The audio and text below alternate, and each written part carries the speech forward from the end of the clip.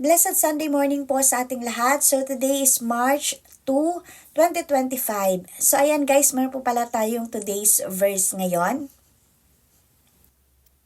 I sought the Lord and He answered me.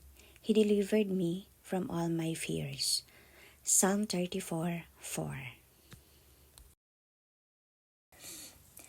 So ayan guys, that's all for today's morning. So sana po yung ating verse for today, makapagbibigay po siya ng inspirasyon sa atin sa buong araw na ito.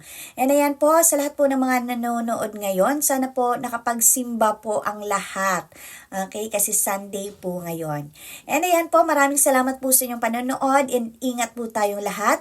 See you again tomorrow. Huwag pong kalimutan magdasal. God bless us all. Bye!